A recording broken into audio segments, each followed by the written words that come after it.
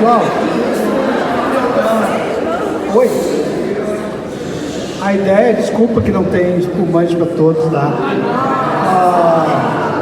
Nós queremos fazer simplesmente um brinde pela democracia. Acho que a gente passou por coisas tão pesadas.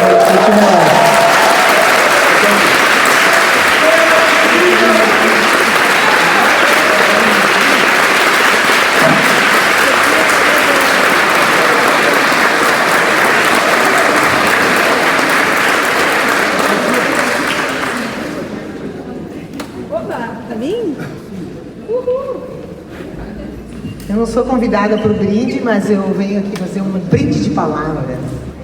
Gente, é uma alegria para nós recebermos esse time, né, o nosso mandato apoiando, ajudando a organizar esse momento.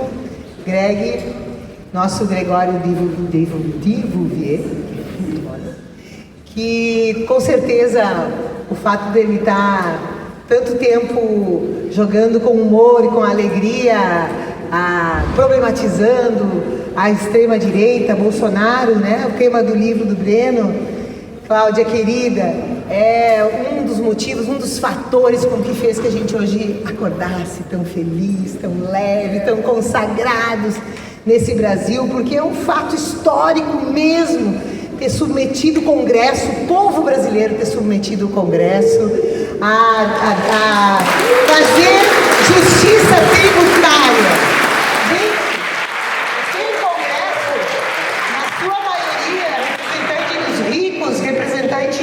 Dos BBBs, tem que se render ao povo, a voz do povo. É resultado que esse Brasil tem jeito, que esse Brasil se botar a boca no trombone, se rir e mostrar as contradições dele, coloca a extrema-direita nas rodas como eles estão.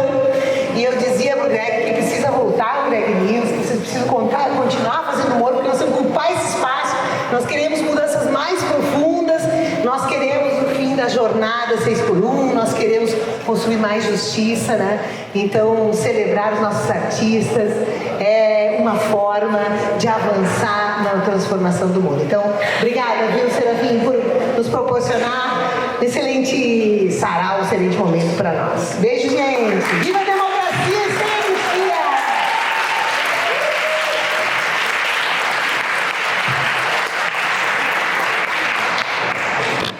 Boa tarde, pessoal. Primeiro eu gostaria de agradecer, claro, a presença do Gregório, né, tão gentil, vindo aqui hoje no meio, depois de um espetáculo cansativo, 2 sessões, né?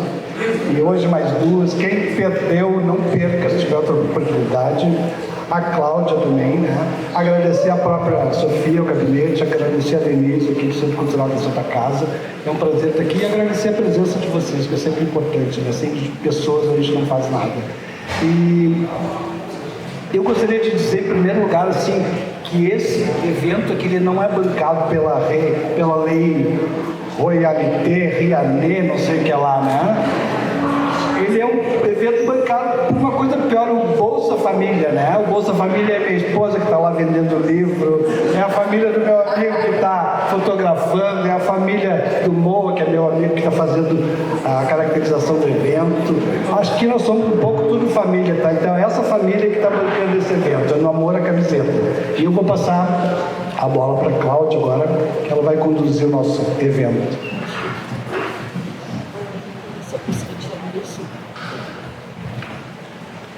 Oi, boa tarde.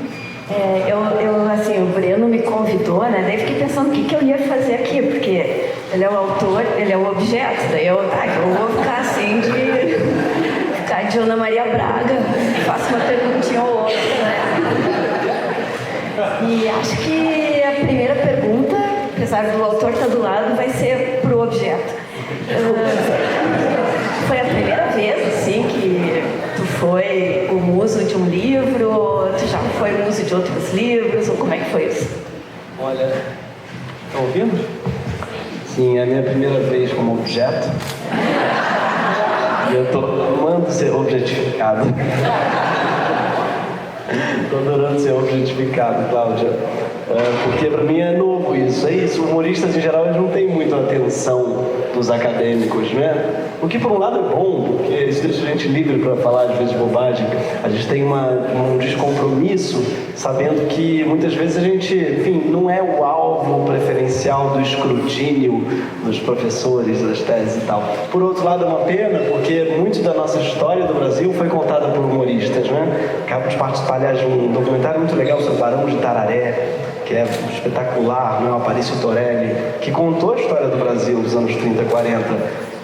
Se quiser entender o que aconteceu no governo Vargas, depois dos anos 40, vai ver lá que está aqui. É Gaúcho. Um dos maiores gênios do humor. Gaúcho, como tantos outros gênios, o próprio Veríssimo, tantos outros que você perfilou, porque o Breno, eu não fui o primeiro objeto dele, ele teve vários objetos bem mais nobres que eu, como o Milor, não é? Tem um livro sobre o Milor que é espetacular, então eu estou aí numa linhagem, estou muito privilegiado mesmo, como quando ele me propôs, tudo bem, eu escrevi um livro sobre você, porra, óbvio, mas eu não me sinto merecedor de verdade, assim, porque eu acho que o humorista nunca pode... meu único perigo ao virar objeto é eu começar a me achar importante. Que acho que é o pior inimigo do humor, é a autoimportância, né? É a vaidade, o narcisismo, é começar a achar que eu realmente mudo. Não, a gente tem que lembrar da nossa própria irrelevância. Acho que essa é a tarefa do humorista. Não só da própria relevância, mas nossa, é o que nos une a todos nós, a nossa irrelevância. Então o humorista ele é alguém que lembra ao ser humano que tudo passa e nada tem importância. Numa época, feito esses anos que ele descreve, né? O livro cobre os anos de Bolsonaro, a pandemia e tal. Eram muitas tragédias. Parecia que não ia acabar nunca. Parecia que a pandemia ia durar para sempre. Parecia que o governo Bolsonaro ia durar para sempre. E o humorista é aquela pessoa que fala assim, tudo passará, gente. Ou como Quintana dizia, não é? Passarinho. Fatalmente vai passar. E essa é a função, talvez, primordial do humor. E por isso o livro pode ser perigoso, virar objeto. Começa a se achar, não é? Olha, eu tenho livro sobre mim. Você sabe com quem está falando? Eu vou andar com esse livro por aí. Você já foi objeto de livro? Falar para os bolsonaristas.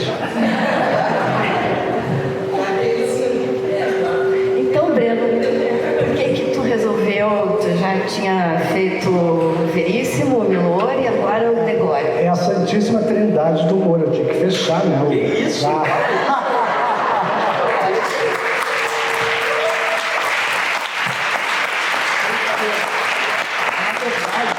É a primeira vez que eu vou falar isso na frente de um dos meus objetos, né?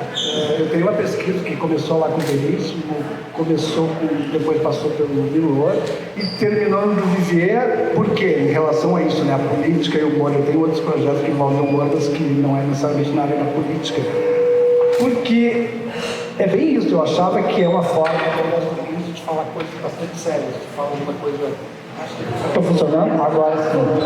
Fala de uma forma leve sobre coisas pesadas. Tu mesmo falaste, né, Dudu, que tu estava muito mal-humorado nesse período, né? No período Bolsonaro. E mesmo assim conseguia extrair de graças de coisas, né, que seriam tragicômicas, na verdade, né? E é bem isso. E a partir do Milor e do Veríssimo, a tendência natural seria o enfio. Porque o enfio é um dos... da Santíssima Trindade, tá? Mas o que eu pensei? Eu cheguei a elaborar algumas coisas sobre o enfio, foi bastante complicado, porque eu trabalho em texto, né? Não é tanto a imagem. Cheguei a fazer um discurso lá sobre o Diário de Cucaracha e aquele que ele fez sobre os Estados Unidos, né? Não, o Diário de Cucaracha é dos Estados Unidos, tem outro, é o enfio na China.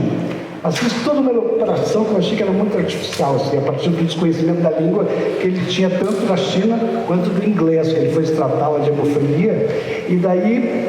Eu me preocupava com quanto que era chapa branca o que ele falava, porque claro que ele não entendia porra nenhuma de mandarim, né? Então, onde levaram ele na China, era tudo maravilhoso. E, de certa forma, apesar de ele conhecer a cultura americana, que a gente conhece pela mídia, ele não entendia inglês. Então, de certa forma, ele também não entendia muita coisa que estava dizendo. Mas foi uma operação intelectual que eu vi que estava meio complicada, né?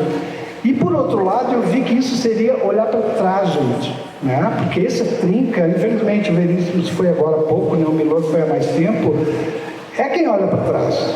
A gurizada hoje não quer saber dessa gente. E eu comecei a pensar quem é hoje que, através do humor, pensa a cidadania, pensa o país, pensa a cidade, pensa as questões dessa época, né?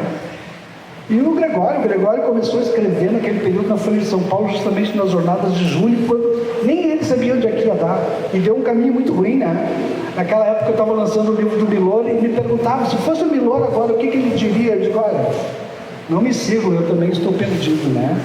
A gente não sabia o que aquelas jornadas deram e depois foi um massacre toda. PT, impeachment da Dilma, e assim por diante, virou para um lado, né?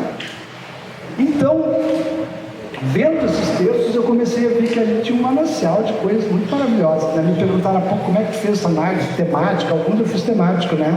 Eu fiz o recorte temporal, eu comecei com todo o período, eu tenho desde o período que era desde o início das jornadas até o Bolsonaro, que ele ia chamar de ovo da serpente, né? O nascimento do fascismo, como é que chegou lá. Mas depois ia ser uma coisa tão imensa que não ia ser comercial no sentido, né, de legível, livre. E ainda eu tinha 50 páginas de notas de rodapé de chegar para receber o copião, né? Eu tive que reduzir um editor, o editor agora sou eu mesmo, mas eu conversei com alguns editores tentando publicar, me disseram, isso não é factível, né? Aí hoje o livro se... Estou falando demais, né? Mas se restringiu a botar a matéria, o título da matéria, o órgão e a data. E quem quiser pesquisar, cada vez que o Duvier fala em alguma coisa, eu vou lá busco e faço uma referência, né? Claro, com uma leitura, com uma certa interpretação. E justamente sobre a crônica, porque a crônica não existe sem jornal, né? A crônica nasceu do jornal, a crônica é aquele espaço que não serve para nada do jornal, né? Que é para o refrigério da alma, se o cara que lê não quer nada ali, né? Fala muito nisso, né? Mas serve plenamente para falar dos elementos culturais da sociedade, as coisas que estão acontecendo, né? E o Gregório, para mim, nesse momento, é o cara. Multimídia, e não é só no teatro também, né? O que tu fez o próprio Sísifo, naquele período horroroso, né? Que tu mesmo disse que não se tocou, que tinha que ficar subindo e descendo aquela porcaria lá, né? E agora faz uma peça maravilhosa, assim, sobre o prazer de falar com a língua, resgatar nossa coisa com Portugal, nosso sentido de humanidade, de nação. Isso é uma coisa muito maravilhosa que a gente tinha perdido. A gente hoje em dia, há pouco atrás, não usava mais amarelo porque a direita tinha tomado conta disso, e isso é Brasil. A gente tem que resgatar tudo isso. E essa peça, o Céu da Língua, pelo amor de Deus. Falei demais, né? Sobre isso que o Breno está falando, né, assim, além desse viés da política e tal, é o cara das letras, né, de letras, né, e essa coisa da língua, mesmo nas colunas, nas crônicas, nos textos sobre política, sempre tem, né, essa brincadeira com a palavra e tal. Então, e como a tua peça é sobre isso, e a gente só não convida porque está totalmente esgotado, né, mas podemos pedir para ele voltar voltaríamos. Então, eu queria que tu falasse sobre esse teu trabalho com a língua, assim, com a palavra e com esse amor que tu tem pela língua portuguesa. Bom, eu sou realmente obcecado com a língua e acho que a gente tem muita sorte de falar português, eu acho, porque a gente tem uma língua muito gostosa que permite a gente falar tudo que a gente quer. E a volta e meia a gente não percebe isso, eu acho, né? É uma língua que às vezes a gente despreza e trata como uma língua pouco prática. Eu já ouvi muita gente falando isso, né? O português é pouco prático porque ele conjuga verbos e o inglês não tem gênero. Imagina a tristeza você não ter gênero nos objetos. Acho tão bonitos que a gente tem. Inclusive por exemplo, tem um prédio em Copacabana que eu vi outro dia que só tem travestis e que chamam de aprédia. Um inglês, um americano não saberia o que é uma prédia, entendeu? E todo dia eu me espanto com a riqueza e as possibilidades cômicas da nossa língua, que muitas vezes vem da complexidade que acusam ela de ter.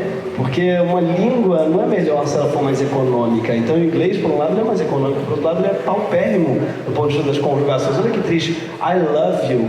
Não é eu amo você, é eu amar você. Eles não sabem conjugar o verbo amor. Eles não sabem o que é amo. Eles não sabem o que é se eu amasse. Não sabem o que é amássemos. Não sabem. Amarmos. A gente tem uma coisa que só o português tem, que é o infinitivo pessoal. Olha que lindo. Que é o fato de amarmos. A gente flexiona o infinitivo. Por isso Caetano, inclusive, no Quereres fala infinitivamente pessoal. É uma coisa que só o português e o húngaro tem, essa flexão do infinitivo. O fato de amarmos. Enfim, o americano nunca vai saber o que é isso, porque para eles é love. I love, you love, they love, I love. É tudo love, love. Amor, amar e amo. Isso é a mesma palavra, para dar um exemplo. Enfim. Então eu me espanto todo dia com a riqueza e a beleza que a gente tem na nossa morfologia mesmo da nossa língua. E acho que ela é ao mesmo tempo ela é um manancial de poesia, mas também de humor. E eu acredito no humor que nasce junto com a poesia. Porque é curioso que muitas vezes as pessoas botam o humor em outra prateleira da poesia, até oposta. E falam assim, ué, como é que pode a pessoa ser poeta e ser palhaço? São coisas opostas, porque o poeta vive numa torre de marfim, não é? Tendo ideias e observando o voo do condor lá. E o palhaço vive no meio fio, né? Na sarjeta.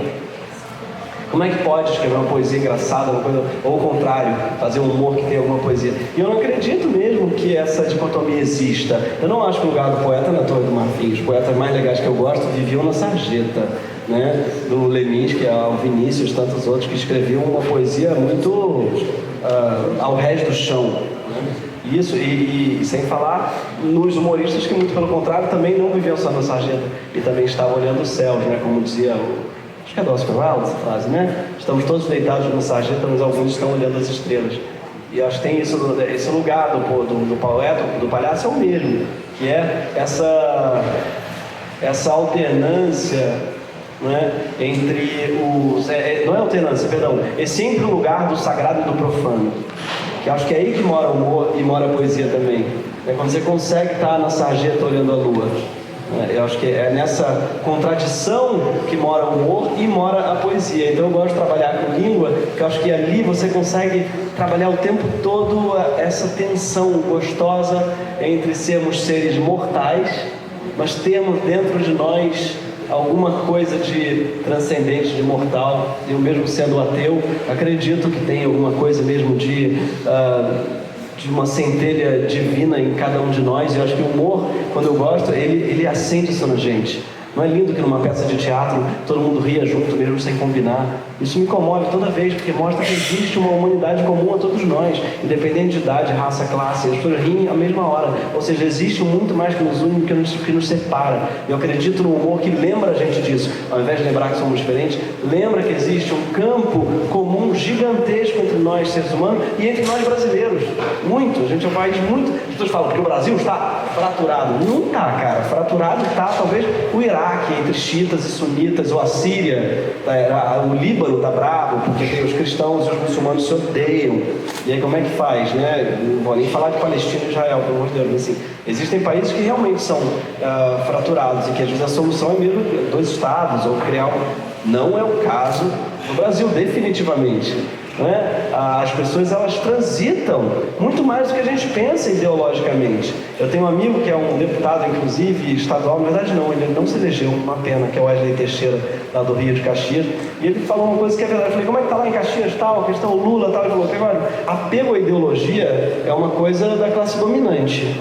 Lá em Caxias, a pessoa, ela acorda de direita, aí alguém fala para ela o absurdo de um político, ela vira comunista, aí à tarde ela atende para o anarcocapitalismo, aí ela vê uma coisa, ela fica fascista e ela vai dormir socialista. Assim, o apego ideológico é uma coisa que não é tão forte no Brasil, o que por um lado é bom, porque eu acho que a gente tem mesmo uma população que aderiu ao bolsonarismo, mas que não significa que ela seja fascista e que ela seja bolsonarista. Não, ela aderiu, mas está desaderindo já. Vejo sim, cada vez mais. Está vergonhoso, está tóxico o apego ao fascismo, o golpismo, etc e tal, né? Então, eu não sei nem como é que eu fui parar aí, mas só queria...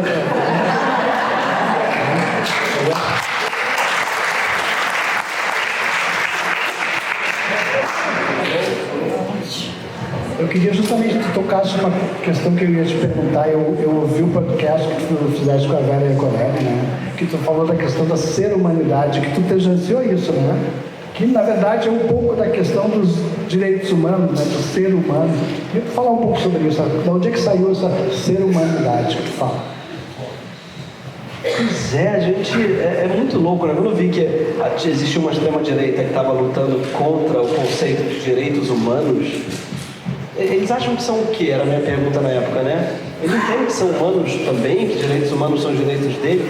Como é que a gente conseguiu falhar em termos de comunicação a tal ponto que os caras passaram a combater, a população começou a odiar o conceito de direitos humanos? Então, lembrar da nossa ser-humanidade, acho que é uma tarefa, não só da esquerda, do humorista, do artista de modo geral. Lembrar que existe esse sentimento em comum entre nós e apelar para esse sentimento, não é, cara? Eu acho que eu acho que a extrema-direita consegue apelar para uma coisa muito eficiente, que é o medo, é o pânico moral, né? Eu perguntei aqui, como é que pode que não elegeram Maria do Rosário, que é uma mulher que eu amo, acho incrível, e reelegeram um sujeito responsável, grande parte, pelas mortes das enchentes, né? Elegeram o sujeito que tem o CPF assinado na tragédia, assim. Pode continuar. Como é que pode? E o que os amigos aqui muitos falaram tem muito a ver com o pânico moral, né? O pânico da esquerda é tão grande que entra num lugar que não é racional, entra no atávico. E realmente tem um estudo que eu achei interessante outro dia, que é assim, o cérebro, eles escanearam o cérebro de pessoas de extrema direita. Parece que é uma coisa que eu vou falar, nada científica, mas realmente existe uma propriedade de uma amígdala maior. O que é a amígdala no cérebro? Não é da garganta, não. A amígdala é responsável pelo medo e pelo pavor, de verdade. E existe um componente do pavor e do pânico moral maior. E acho que é isso que humaniza em parte as pessoas de extrema-direita. Elas estão apavoradas. E se perguntar o que, ela não sabe nem dizer o que. É o pronome neutro. Então, o que isso vai mudar na tua vida? Nada. Ela está apavorada com fantasmas, com espantalhos. Mas os caras conseguiram, através de anos de redes sociais, eles conseguiram apavorar as pessoas com os espantalhos, cara.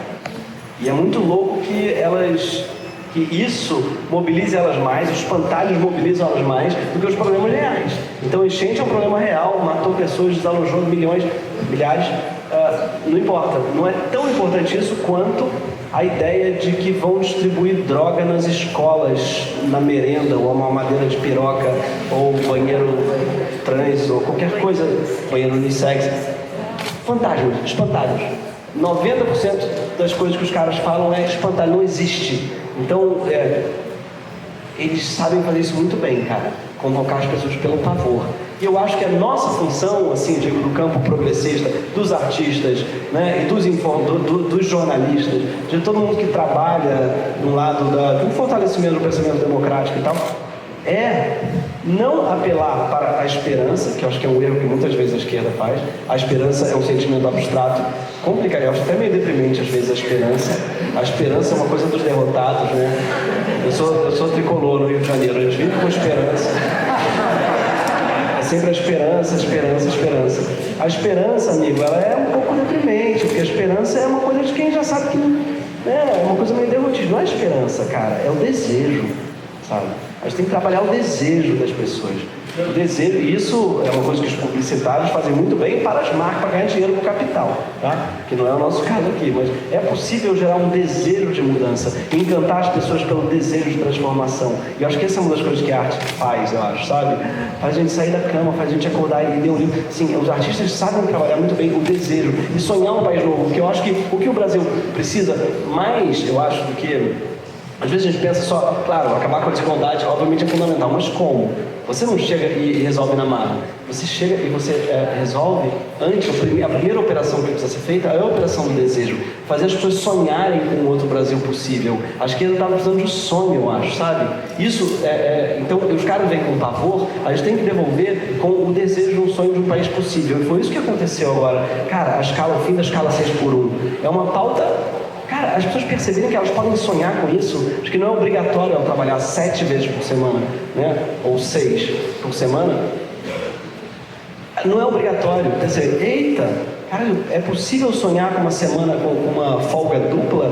Assim, inserir um ingrediente do sonho positivo, propositivo, porque não é só assim, temos que acabar com o fascismo. Isso é uma coisa geral, precisamos fortalecer a democracia. Isso é um sonho muito pouco palpável, ninguém deseja a democracia, porque ela é algo palpável, etéreo, ela é gasosa, a democracia. Agora, uma folga dupla não é gasosa, ela é palpável, ela é gostosa, ela gera desejo. Então a esquerda acho que está voltando a trabalhar com coisas propositivas, eu acho que geram sonhos, sabe? Geram desejo. Porra, folga dupla, fim do imposto de renda para quem ganha até 5 mil. A estação de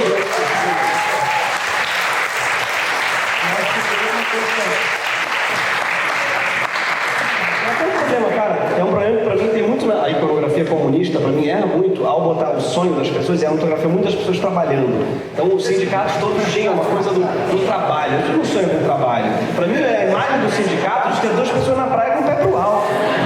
É isso o sindicato, gente. O sindicato está lutando para ser a praia. Né? Enquanto a imagem, pô, tem um livro que eu adoro que é O Direito à Preguiça, do Paul Lafargue, que era o genro do Marx. O genro do Marx é um passo além do Marx, porque o Marx falava do direito ao trabalho, só falava de trabalho, não falava de preguiça. E o genro do Marx foi o cara que falou, claro que era um genro, né, um encostado. Ele chegou e falou assim, Marx, calma aí, cara. Tu não está falando aqui de um negócio que é importante, que trabalhar é bom, mas por que é bom regular o trabalho? Para você ter o direito à preguiça, cara, o direito ao ócio. Acho que essa é uma coisa que também cabe à esquerda, fazer a população sonhar com o ócio, com a preguiça, sabe? É uma coisa que era importante também, e que às vezes só vem pelo lado do humor, mas eu achava bonito fazer o brasileiro sonhar, sabe? Acabar essa coisa do trabalho como um valor absoluto. Pelo amor de Deus, cara, a população tem direito à folga, ao lazer, e a cultura, entender a cultura como um direito também é outra coisa que as pessoas não entendem, né? Eu acho que a cultura é um direito, a cultura, o lazer, o tal. Não é por acaso que demonizam os artistas, né? Que a extrema-direita demoniza os autores, os artistas, todo mundo que tem, que pode trazer um pouco uma visão diferente, né? Dessa coisa do pânico moral e tal. Uhum. É, exatamente, eu acho que o pânico moral, o pior inimigo do pânico, o pior inimigo do medo é o humor. O Ricardo Araújo Pereira fala isso, que é uma coisa bonita, que é o humorista, ele trabalha no fronte oposto aos religiosos, de modo geral, aos fanáticos religiosos, um todo, porque o fanatismo ele trabalha com medo, o medo do inferno, ou o medo da punição divina, ou o medo o medo é o principal ingrediente do fanático, não é? É o pavor, restaurar o pavor. E o humorista, o humor, ele é a arma mais eficiente contra o medo. Se você ri de algo, é porque você já não tem medo da coisa em si. Tem um santo, que é o santo padroeiro dos humoristas, que é São Lourenço. Não sei se vocês sabem a história de São Lourenço. Muito bonita a história de São Lourenço, que é o santo padroeiro dos humoristas e dos churrasqueiros, dos cozinheiros. E eu explico por quê. São Lourenço, ele foi o santo que os romanos exigiram que ele levasse toda a fortuna da igreja. Esses são os primeiros séculos. E aí São Lourenço levou todos os fiéis, levou todos os fiéis para os romanos e falaram assim: eis o tesouro da igreja. E os romanos ficaram furiosos com essa piadoca. Não, a gente quer dinheiro, a gente quer moeda, cadê o dinheiro? Não tem, eis o tesouro da igreja. Condenaram ele ao suplício, à morte. E o suplício dele foi ser assado numa grelha. Então São Lourenço foi amarrado numa grelha em praça pública e foi assado no fogo. E ele lá, depois de 1 hora assando, ele gritou para os romanos: esse lado já tá bom, pode virar. São Lourenço assim virou o santo padroeiro dos palhaços e dos cozinheiros, o que é uma piada, né? E você vê São Lourenço, até hoje a iconografia de São Lourenço é ele com uma grelha na mão. E é uma piada de péssimo gosto, aliás, né? Os católicos botam o santo em geral com o instrumento do martírio dele ao lado dele posando, sendo que não era para ele ficar famoso pela grelha, né? Não era para ele ficar feliz que está com uma grelha na mão, mas ele está sempre com uma grelha na mão, São Lourenço, porque ele foi grelhado. E eu acho que essa imagem de São Lourenço dizendo esse lado já tá bom, pode virar, é o suprassumo do humorista e do humorismo, que é assim: olha, você pode tirar de mim a vida, ainda assim não terei medo de você, ainda assim não pararei de rir, você não terá minha alma, você pode ter minha vida, você não vai ter minha dignidade, vai ter minha alma, você não vai conseguir fazer de mim uma pessoa triste. E até o fim da vida ele estava fazendo piada, São Lourenço grelhado, né? E por isso virou o nosso mártir dos humoristas. Um pouco como aquela menina com a camisa do Pará, não sei se vocês lembram dela, que num vídeo clássico da internet, ela é uma cena horrorosa, que ela está brigando na rua, no Pará, a mulher tá tomando chute da amiga no chão, chute atrás de outra, uma cena horrível, ela se levanta, toda estraçalhada, põe a mão nas cadeiras e fala: acabou, Jéssica? Essa imagem do acabou, Jéssica, para mim, essa menina, ela é um São Lourenço brasileiro.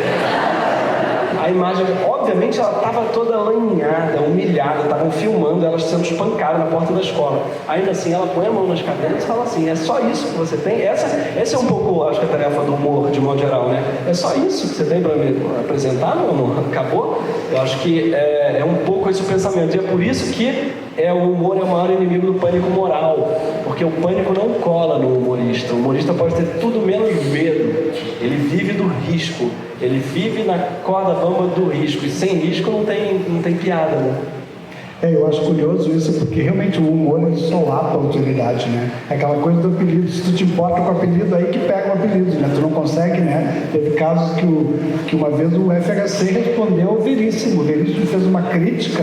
É a primeira vez que apareceu isso na mídia. E esse aspecto que tu falou, eu acho muito interessante, a palavra pregar, né? Aqueles que pregam a palavra de Jesus, mas pregar e botar o cara com os pregos na cruz. Como é que eu vou pregar?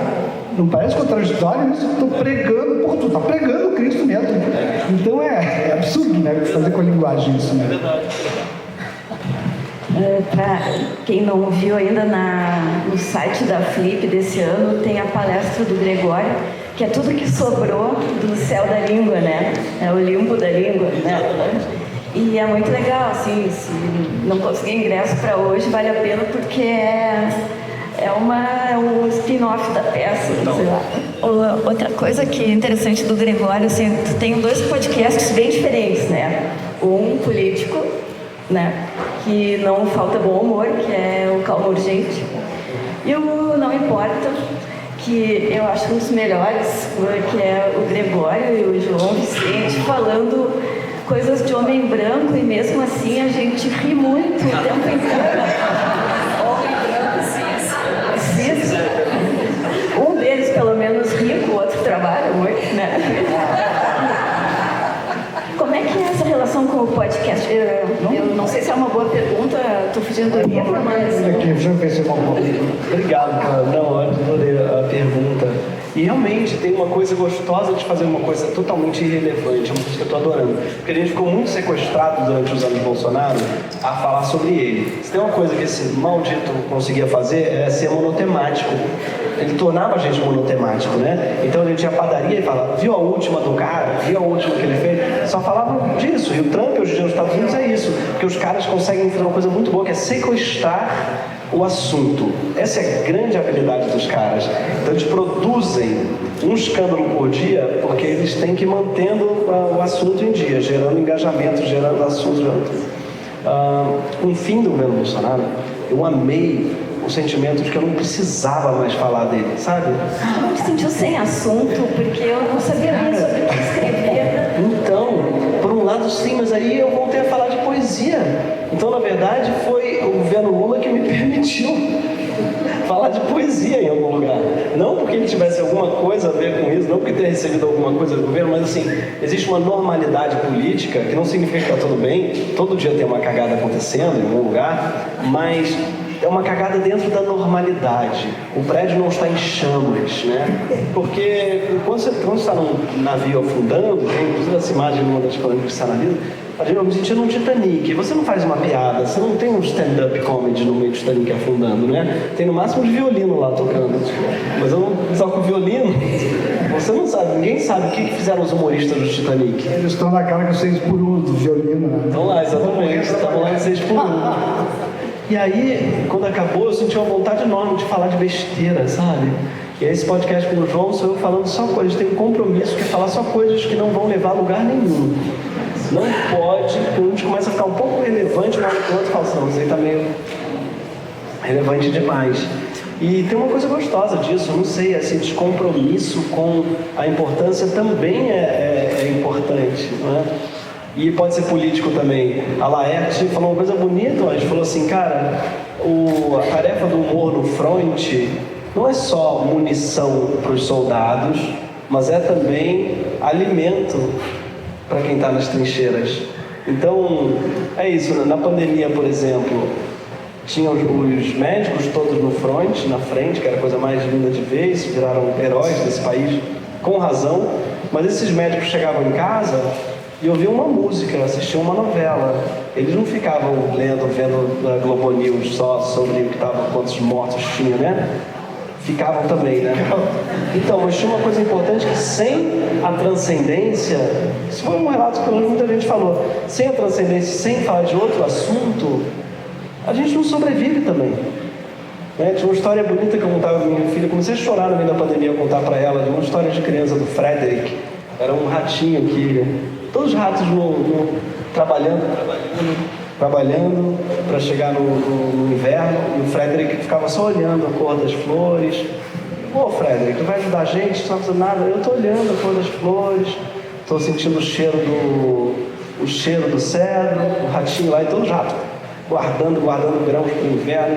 Putz, com o Frederick ficava só olhando e observando as coisas. E aí vinha o inverno e eles começavam a comer lá, e o Frederick comendo, eles putos com o Frederick. Pô, Frederick, você não ajudou nada, você está aqui comendo toda a comida que a gente trabalhou, e Frederick nada quieto. De repente eles comem, vê aquela solidão, ainda faltam meses para acabar o inverno, e o Frederick começa a falar do cheiro das flores, começa a lembrar a eles do cheiro de coisas que eles não tinham percebido, e falar para aqueles ratos todos do som. Vocês lembram como é que é quando a alvorada nasce e o céu fica meio laranja?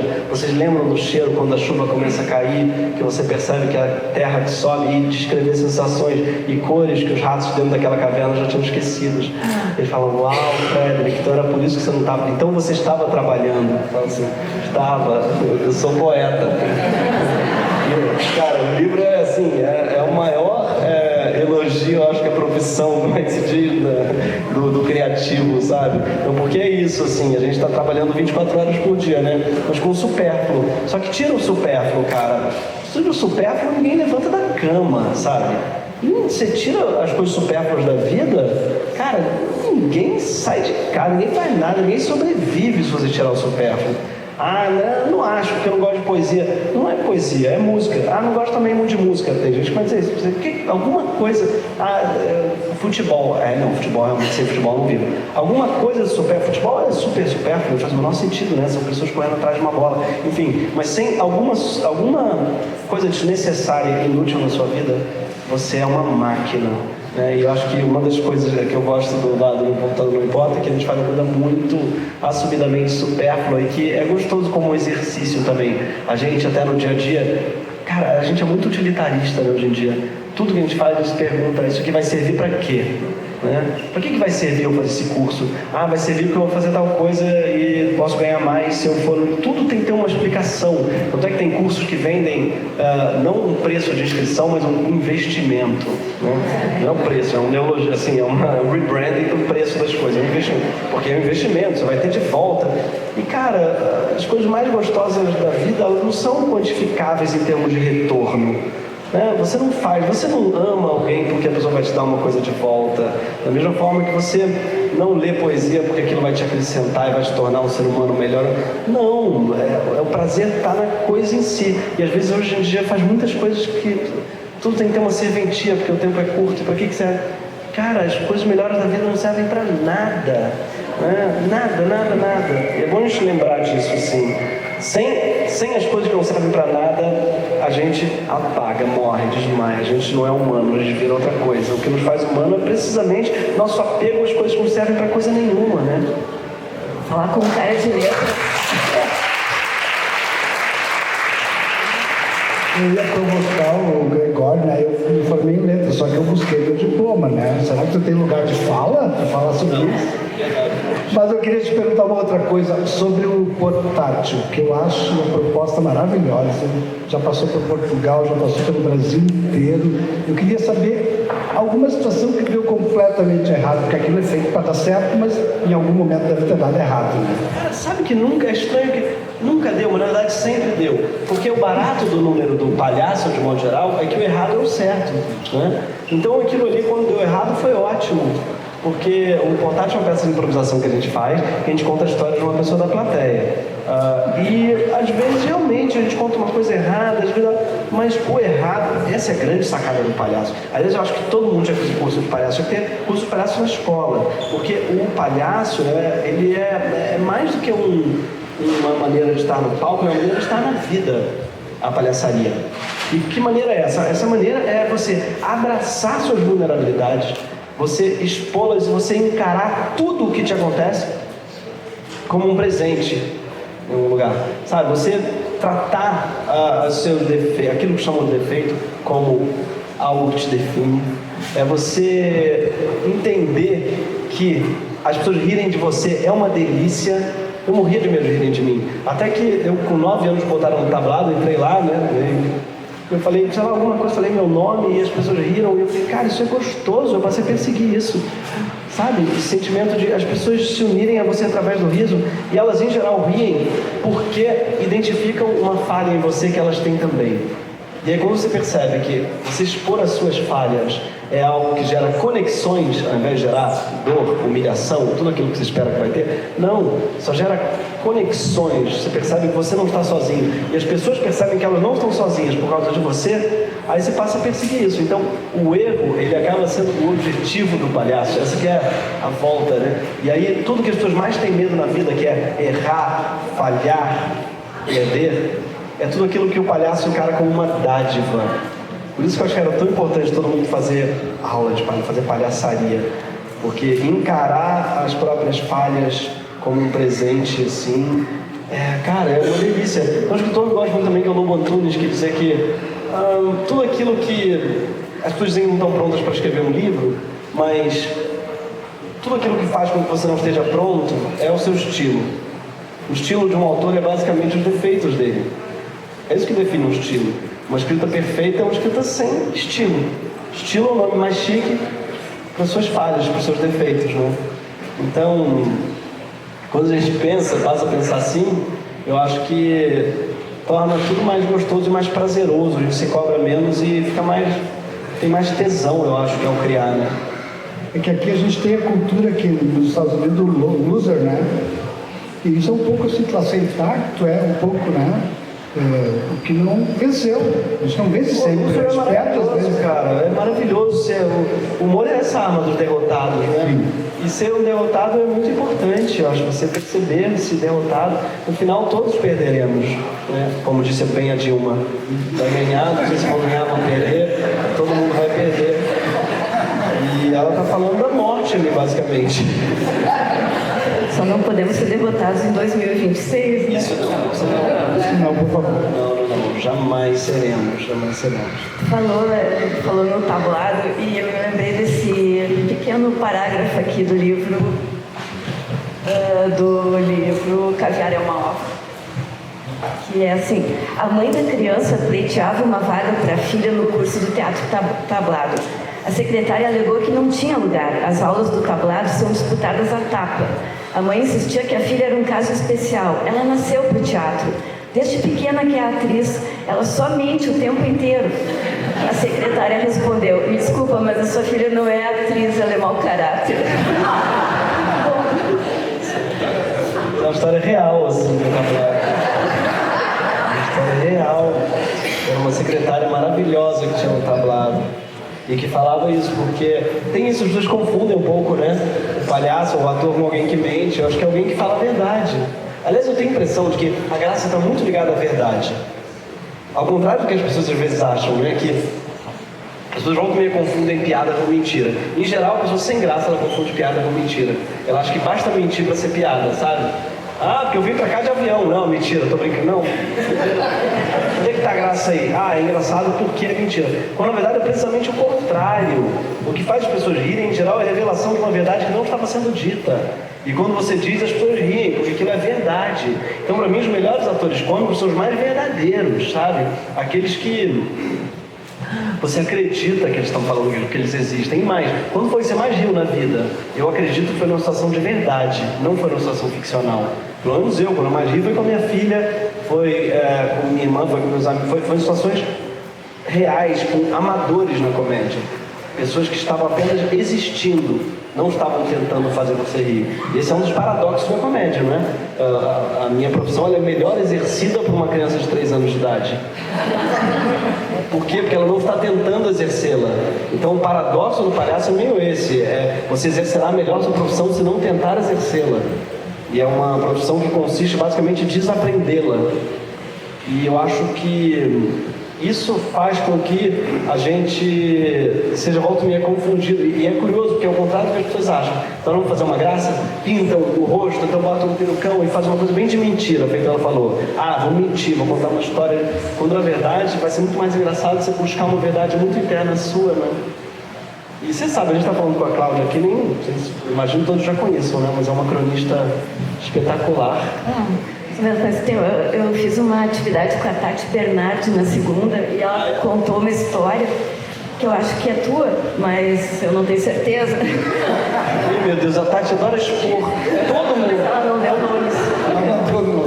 Se não for, mas eu acho que é. Um colunista da Folha foi demitido porque escreveu sobre um famoso empresário. É verdade. E o famoso empresário anunciava no jornal. Então, esse colunista da Folha foi demitido. Uns meses depois, o famoso empresário morreu e a Folha quis recontratar o colunista. E ele disse, não quero. Era tudo. Era eu, mas a Folha não quis me contratar, não. Eu gostei da história que ela... Eu gostei que a Tati melhorou a minha história. Mas é verdade, eu fui demitido da Folha porque falei, um grande um empresário publicitário, na verdade. E foi isso, falou, olha, é isso, vai mais ter anúncio ainda, é isso, vocês querem? Ah, tá, obrigado. E o doido é que quem falou não foi a Folha fingiu que não só não vamos querer mais seus textos. Quem falou foi o próprio publicitário, que espalhou para todo mundo, inclusive para uma amiga nossa em comum. Foi quem me contou, assim, olha isso e tal. Olha que loucura, não é? O cara tem um puto orgulho de pedir a cabeça dos profissionais. Mas tem isso mesmo, os jornais eles estão nesse momento, né, complicado, assim, porque não vendem mais muita assinatura, não vendem muito jornal na banca, então o que paga virou isso. Ou isso quando o próprio empresário não compra, né? Que tá rolando muito assim, aí o jornal vira um braço acho que o Tempo em BH já é assim, e vários jornais são um braço de um mega empresário que está usando aquilo para plantar informações para ele. Ele está usando o jornal para os lucros da sua empresa, assim, como o Jeff Bezos comprou o Washington Post, né? E é muito comum isso também, e é um sinal muito ruim, porque eu adoro o jornal, assim, adorava pelo menos. Né? Eu também fui demitida porque um famoso empresário careca me processou e aí... A gente tem isso em comum, e também me processou. Já terminou o teu processo? Cara, terminou, eu ganhei uma instância, ele ganhou outra. É o meu, eu também. Também isso, né? Mas ele meio que abriu mão, eu acho, em algum momento. Eu acho que eu não vou precisar pagá-lo. Pra mim ele não abriu ainda. Ainda não? Não. Caramba, que loucura. Ele tinha, no dia 1º de abril, a gente ganhou, mas era 1º de abril e ele recorreu. Então... Foi uma crônica que você escreveu? Foi. E você foi demitida por isso? Foi. Não, mas tudo bem, né?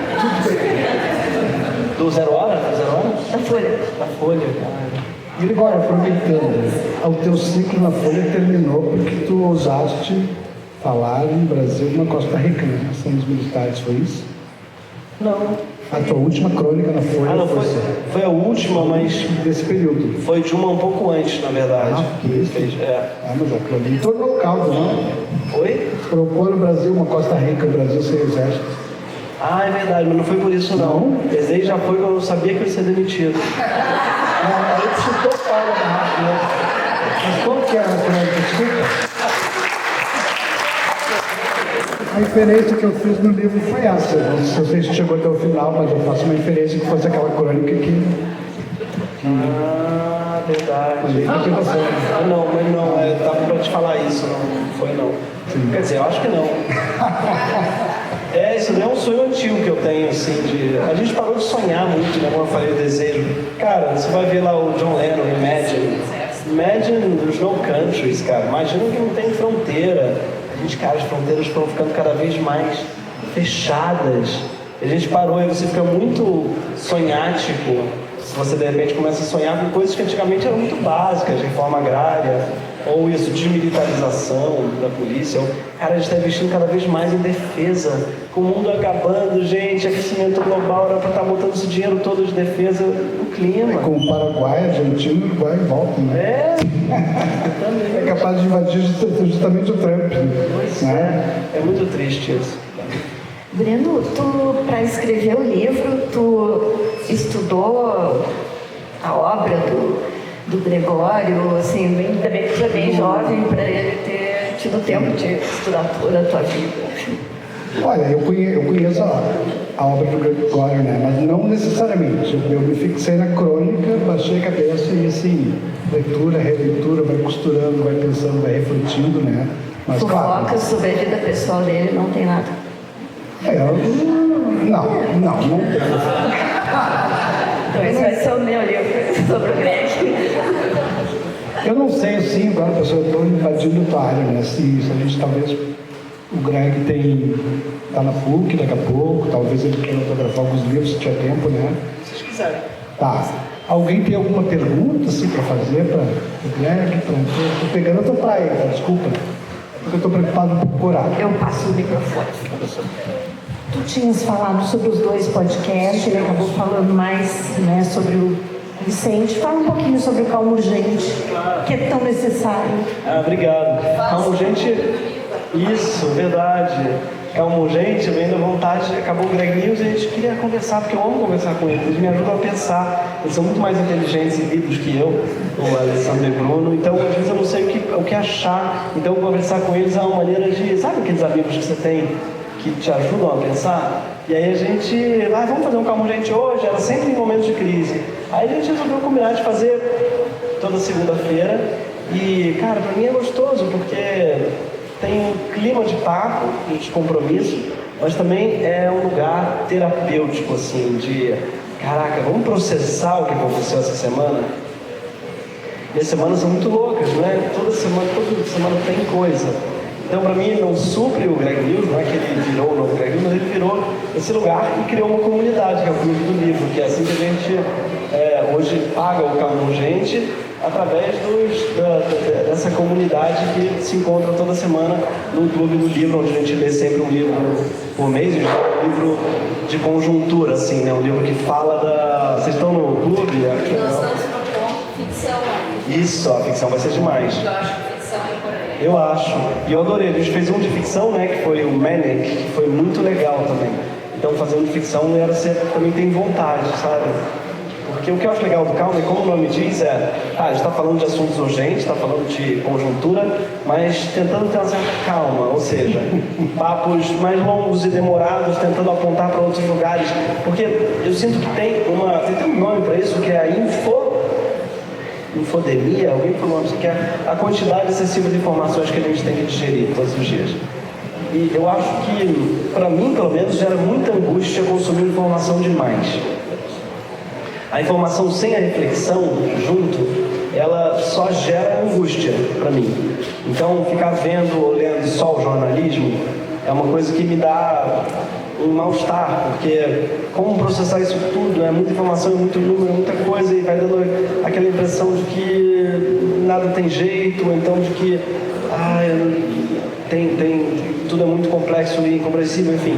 Eu gosto muito de ter, claro, a informação, o jornalismo é importante, mas junto com uma reflexão, um pensamento que aponte para outros lugares, que tenha algum humor ou alguma poesia, algo que nos ajude a atravessar o dia, que não seja só números e dados e, sabe, essa informação pura e simples. Para mim, pelo menos, ela gera um certo pânico. Então eu gosto muito desse lugar assim, que a gente encontrou de conseguir falar de atualidade, mas com alguma leveza, prazer, poesia e tal, né? É uma coisa que acho que para mim me ajuda muito a atravessar as semanas. Perguntas?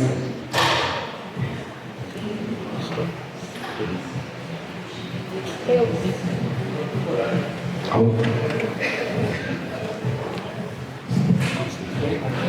Tudo bom, Gregório? Somos colegas das letras e eu costumo dizer que eu fiz letras e as letras me fizeram.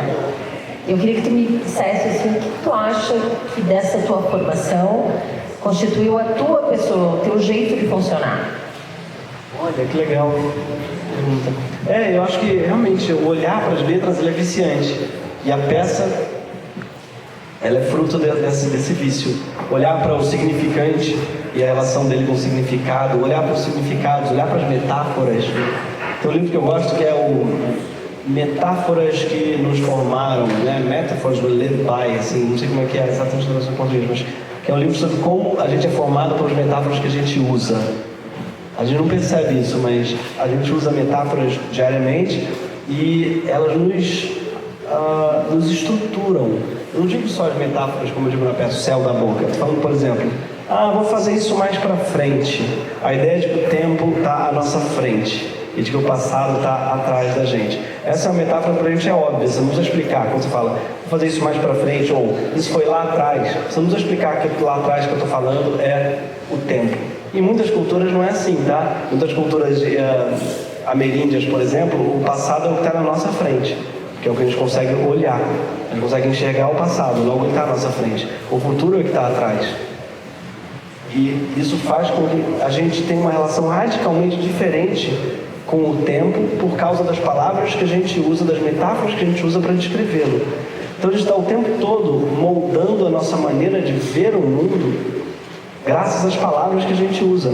Elas não são gratuitas. Então a gente, sem perceber, está usando metáfora. Por exemplo, falar sobre o tempo. Não há como falar sobre o tempo sem ser com metáforas.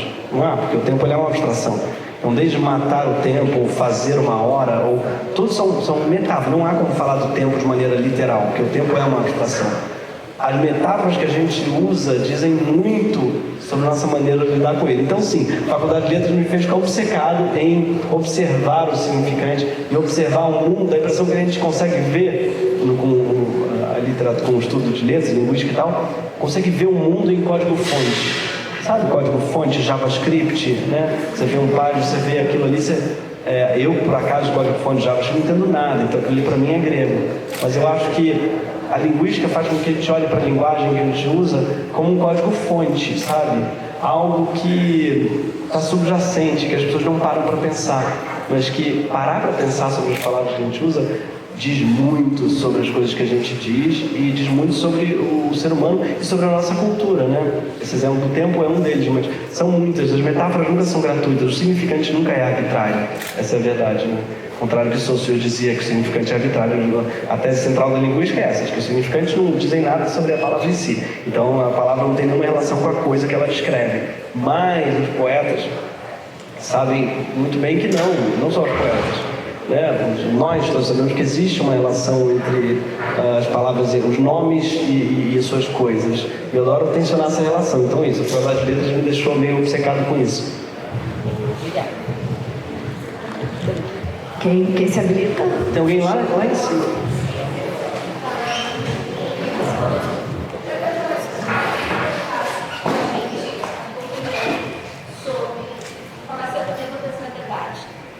E aí, então, eu já gostei muito do baseamento e valor da palavra. Isso é algo positivamente chegando ao mar, quando a gente tem esse desafio de ter que provar. Mas a gente se vira nos desafios da palavra, a gente não consegue provar a verdade. Enquanto o desafiador precisa. Sempre precisa disso. É interessante, né? Porque realmente a gente está num momento em que muita gente apontou que a verdade morreu, né? É a pós-verdade. Não existem verdades, só existem fatos. E a gente tem várias lideranças, em geral, de extrema-direita, que trabalham o tempo todo com a mentira, assumidamente com a mentira, não é? Que não tem nenhum compromisso com a palavra. E o compromisso com a palavra, ele é fundador da humanidade.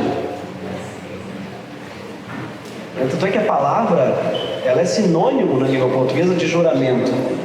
Minha avó, pelo menos, falava muito, você dá a sua palavra, né? É uma coisa que morreu um pouco, as pessoas falavam, está apalavrado, ou apalavreado, se diz aqui. Então, está apalavrado, está eu dou minha palavra. A palavra, ela é o sinônimo do juramento, ela né? Que no princípio era o verbo, assim. O verbo está lá no início da humanidade. E ela era o sinônimo da coisa em si, a palavra. E a gente foi se distanciando dessa concepção e a gente cada vez mais passou a acreditar que o ponto de vista cria o objeto e que cada um tem suas verdades, suas narrativas, Hoje a gente tem uma coisa que é enlouquecedora, que cada um tem acesso a uma narrativa dentro do seu celular. Então é dificílimo. Como é que você vai fazer política assim? Né? Pensando que cada um teve acesso a uma realidade. Cada um tem uma realidade no seu celular. O algoritmo fornece a você uma realidade feita sob medida do que você está pedindo. Cada um. Então a gente tem hoje no Brasil 200 milhões de realidades distintas.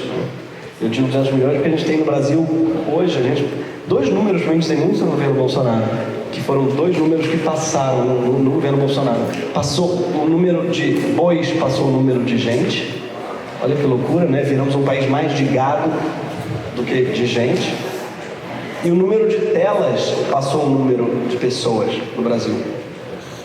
Os dois foram nos anos Bolsonaro. Eu acho que os dois fenômenos estão intrinsecamente ligados ao bolsonarismo. A tela e o gado. E a tela que nos transforma em gado. Não à toa viramos acho que temos mais telas e gado do que pessoas no Brasil hoje. Isso é muito perigoso. Por quê? Porque tem a ver com a verdade. Cada um tem uma verdade, cada um tem a sua verdade. E isso é desesperador se cada um tiver a sua verdade. Você não tem como criar nada político. Né? E tem algo que para a extrema-direita é muito bom, a ideia de que cada um tem a sua verdade. É maravilhoso, tá? Porque assim a Terra é plana e cada um tem... Então tudo é possível. Você fala uma coisa e fala assim, isso é o que você acha. Não é. O aquecimento global não é o que eu acho, né? Então, a gente passou a lutar contra algum relativismo que foi, durante um tempo, exatamente a marca de uma esquerda, que dizia um pouco que cada um tem direito às suas crenças, às suas verdades. Sim, tem, mas também não tem, às vezes. Não tem. Você não tem direito de achar que a população trans merece apanhar. Não, isso aí não é um direito à crença. Você não tem como pregar o ódio a uma parcela da população. Você não tem como dizer que a raça branca é mais propensa a trabalhos intelectuais, como o Kirk, né, dizia coisas desse tipo, o sujeito que morreu. Nos Estados Unidos isso pode. Nos Estados Unidos tem uma relação com liberdade de expressão que eu acho absurda. Tinha, porque o Trump ainda tem isso, mas é que é sempre mentira a liberdade de expressão absoluta. Sempre é. Todos os advogados de liberdade de expressão, assim que falam de si, ficam desesperados, né? Então, isso, o Trump é a favor da liberdade de expressão absoluta. Tá bom, experimenta falar mal dele, ele demite e tal. Mas é sempre assim. E eu acho que no Brasil a gente tem uma relação, eu acho um pouco mais saudável, que é assim, não, crime de ódio, você não pode ser nazista, não. Ah, não, mas o meu direito é expressar opiniões nazistas. Não. No Brasil não, amor. Vai falar nos Estados Unidos, vai lá criar sua milícia, lá pode. Você pode ser nazista na boa nos Estados Unidos. Existe Ku Klux Klan, até hoje nos Estados Unidos, tá? Existe Ku Klux Klan. Tem o presidente da Ku Klux Klan, tem lá um CNPJ da Ku Klux Klan. Nos Estados Unidos pode. No Brasil, amor, não pode. Não pode, graças a Deus. Aqui, você não tem direito a ser nazista, tá? Não tem direito a pregar os extermínios de populações inteiras. Não tem direito de ser racista, não tem direito, e para minha opinião está certo. Mas enfim, então a gente voltou, eu acho que é importante voltar a advogar por um campo comum, sim, algumas coisas são verdades, né? A realidade existe, hoje em dia a gente tem que lembrar isso às pessoas. Tem um escritor que eu adoro, que é o Philip K. Dick, que dizia que a realidade é aquilo que não deixa de existir se você não acredita nela. Então, o Olavo de Carvalho, acho que ficava dizendo que não existia o Covid. Morreu de Covid. Provando que existia o Covid. Então o Covid é a realidade. Porque não importava que ele não acreditava no Covid. O vírus estava se lixando por fato de ele acreditar ou não no Covid. Morreu. Então a realidade é isso. É algo que te afeta mesmo que você não acredite nela. E é importante a gente advogar pela importância da realidade, sabe? Por incrível que pareça. Cada um está mergulhado no seu celular. Então, eu acho que uma das coisas que isso proporciona, uma das coisas que eu acho que ajuda a criar um campo comum, são experiências coletivas. Cada um está no seu celular. É muito difícil você conseguir criar experiências coletivas nesse sentido, sabe? Então, criar coisas como clubes, a gente faz lá muito do livro, mas o teatro seria uma maneira de criar coisas coletivas. Coisas que compartilham. Assistir uma mesma coisa junto com outras pessoas é uma coisa que as pessoas fazem cada vez menos. Cara, é muito fundamental da democracia e da humanidade. O ser humano nasce a humanidade quando as pessoas começam a se reunir em volta de uma fogueira, sabe? Então é a narrativa compartilhada que inaugura a humanidade. E a gente deixou de ter narrativas compartilhadas e cada uma tem uma narrativa feita sob medida só para si. assim acaba a democracia, quando você deixa de compartilhar uma realidade. Então, nesse sentido, eu acho que sim, o caso da realidade, ou da verdade compartilhada, está diretamente ligado ao caso da democracia, e para voltar a ter uma democracia pujante, acho que a gente precisa voltar a ter narrativas compartilhadas, sabe? E como é que se faz isso? Bom, se faz, eu acho que incentivando a cultura e os encontros culturais, sejam eles teatrais ou musicais, ou tudo que faz com que as pessoas voltem a se encontrar para celebrar uma cultura comum. Acho que a função da cultura, no fundo, é essa, sabe? Ela não existe depois do país. Ao contrário, o país só existe depois que há uma cultura que faz pelo país. A gente tem que ter... Incentiva a cultura fundamental.